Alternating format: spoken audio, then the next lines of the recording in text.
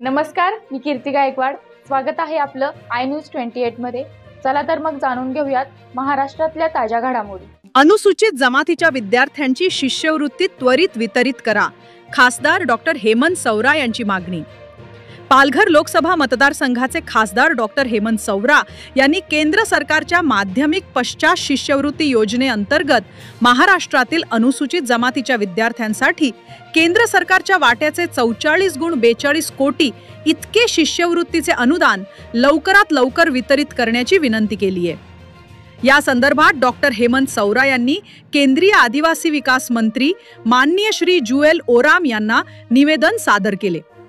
या निवेदनात संबंधित विभागास निधी तत्काळ वितरित करण्याचे निर्देश द्यावेत अशी मागणी केली आहे।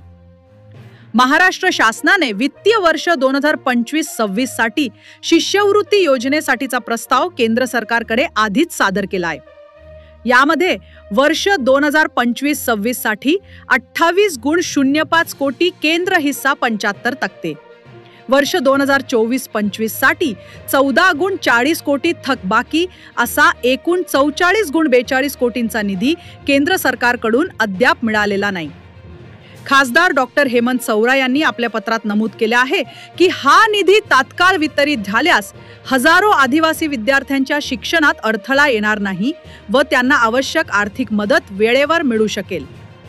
वार्ताहर इंडिया न्यूज 28 साठी प्रणय प्रभाकर पाटील, पालघर जिल्हा ब्युरो चीफची रिपोर्ट।